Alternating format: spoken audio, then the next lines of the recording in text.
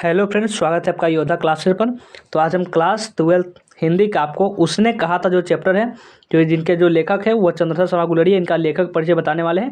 और ये 5 मिनट में जो सीरीज जो चलवा रहे हैं, जिसमें आपको लेखक परिचय के बारे में बताया जा रहा है मात्र 5 मिनट में। ज़्यादा समय नहीं आपको ले जा रहा है, इसके 5 मिनट आपका पूरा लेखक के बारे में जितना भी प्रश्न उत्तर आपके एग्जाम में आ सकते हैं सभी के सभी आपको समझ में आ जा रही है।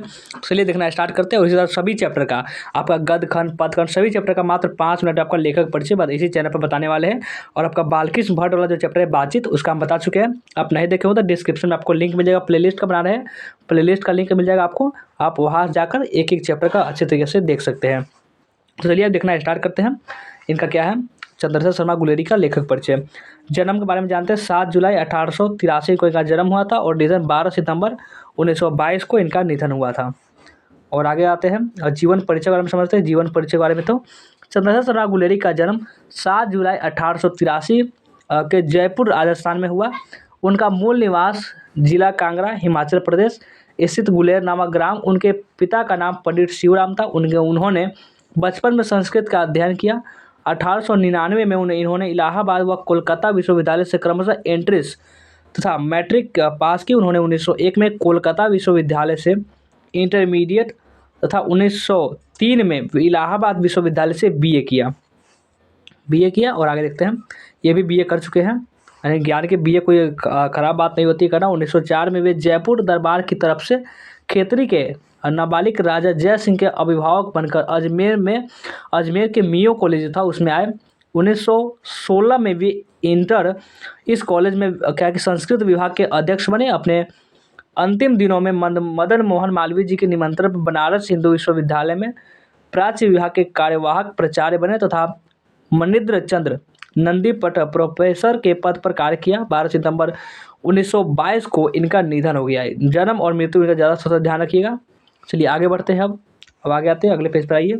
अब इनकी रचनाएं देखते हैं कि इनकी रचनाएं कौन कौन सी। इतने महान जो कवि है, जो उसने कहा था पाठ, इतने झकास पाठ को लिखे हुए। तो रचनाएं, चलिए रचनाएं समझते हैं। कहानियाँ, सबसे पहले कहानियाँ कौन कौन सी कहानी समझते हैं। कहानियाँ बुद्ध का काटा जो कि 1911 में प्रकाशित हुआ था। सुखमय जीवन जो कि 1911 में प्रसारित, ये भी एक साल प्रकाशित हुआ था। तथा उसने कहा था जो आपका चैप्टर है ये 1915 में प्रकाशित हुआ था। जो आपका इस चैप्टर का लेखक पढ़ रहे, ये जो चैप्टर हम पढ़ रहे उसने कहा था, उसी के राइटर चंद्रशेखर शर्मा गुलेरिया की मात्र 3 ही कहानियाँ आपको याद हो जाएगा। आप बुद्ध का काटा, सुखमय जीवन और उसने कहा था। आइए अब इसके निबंध कौन कौन से निबंध जानते हैं। निबंध इन्होंने प्राच्य विधा, इतिहास, पुरातत्व, भाषा विज्ञान तथा समसामयिक विषय पर, समसामयिक जिसको हम लोग करंट अफेयर्स बोलते हैं उसको, विषय पर निबंध लेखन किया है। धर्म कछुआ मोरसी मोही कुठाव रम भारतवर्ष डिंगल देवना प्रिय संस्कृत की टिपवाड़ी पुरानी हिंदी आदि उनके प्रमुख निबंध हैं। ए पोएम बाय फॉस एवं ए कमेंट्री ऑन वाक्यांश कामसूत्र दी लिटरेरी क्रिटिसिज्म आदि उनके अंग्रेजी में निबंध है। निबंध में भी वो कोई कमी नहीं, निबंध भी बहुत सारा लिखे हुए हैं वो। अब इनकी टिप्पणियाँ देखते हैं। टिप्पणियाँ, अनुवादों की बाढ़, क्रियाहीन हिंदी, खोज की खाज और वैदिक भाषा में प्रकृतिपन, ये सब उनकी टिप्पणियाँ भी। और संपादन देखते हैं। समालोचक, काशी नगरी और प्रचारिणी पत्रिका, ये इनके क्या है, संपादन है। और आगे आते हैं, और भी जानना है बाकी है, अभी कुछ इनके बारे में अभी समाप्त अभी नहीं हुआ है। अब इनकी साहित्यिक विशेषताएं, चलिए इनकी साहित्यिक विशेषताएं क्या कहती है। साहित्यिक विशेषताएं समझते हैं। चंद्रशेखर शर्मा गुलेरिया 20वीं सदी के प्रथम चरण के हिंदी गद्य साहित्य के प्रमुख लेखक थे। वे संस्कृत, हिंदी, अंग्रेजी आदि भाषाओं के प्रकांड विद्वान थे, बहुत अच्छे जानकार थे। पुरातत्व, इतिहास, भाषा शास्त्र आदि विषय में उनका ज्ञान अद्यतन था तथा तल स्पर्श, इतने ज्ञानी थे वे द्विवेदी युग के, कौन से युग के थे, वे द्विवेदी युग के प्रमुख निबंधकार व बहुमान्य विद्वान थे। उनकी गृढ़ तथा विदग्ध हास परिहास एवं व्यंग से परिपूर्ण भाषा शैली उन्हें अपने समय से काफ़ी आगे प्रदर्शित करती है।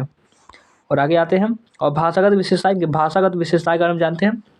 भाषागत विशेषता, गुलेरिया जी की रचनाएं अपनी विषय वस्तु, भाषा शैली व शिल्प के कारण बहुत नूतन समय की जान पड़ती है। हिंदी कहानी के विकास में इनका प्रत्यक्ष व परोक्ष रूप से काफ़ी प्रभाव पड़ा।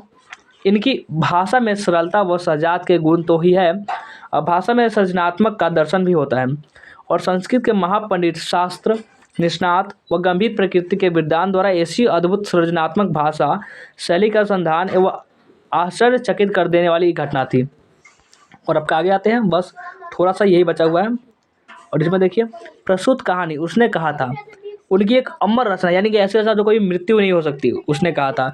ये जिसको आपको पढ़ना है इस चैप्टर में, जिसे हिंदी कहानी में मील का पत्थर माना जाता है, माइलस्टोन इतना ज़्यादा फेमस हुआ। इस कहानी का कथ्य शुद्ध प्रेम की आध्यात्मिक अनुभूति तथा उसके स्वाभाविक उत्सर्गमय अभिव्यक्ति है। कहानी की घटनाएं स्वाभाविक नाटकीयता लिए हुए वातावरण की सृष्टि करने में लेखक को अपूर्व सफलता मिली है। कहानी पाठक को प्रारंभ से ही अपने साथ बांध लेती है, तथा अंत तक पाठक के मन पर उसका प्रभाव गुजरता रहता है। तो ये हुआ उसने कहा था जो चैप्टर, जिसके लेखक चंद्रशेखर शर्मा गुलेरिया थे, उनके द राइटर इंट्रोडक्शन यानी कि लेखक परिचय। तो कैसा लगा इसका ये लेखक परिचय हमें कमेंट करके जरूर बताएंगे। और इसी तरह से सभी चैप्टर, सभी लेखक का हम लेखक परिचय इसी चैनल पर लाने वाले हैं। और कोई अगर चैप्टर आपको छूटा हुआ तो डिस्क्रिप्शन में जाइएगा, आपको प्लेलिस्ट का लिंक मिलेगा, आप वहाँ जाकर उस चैप्टर को क्लियर कर सकते हैं। चलिए वीडियो को एंड करते हैं, मिलते हैं फिर किसी नेक्स्ट वीडियो में।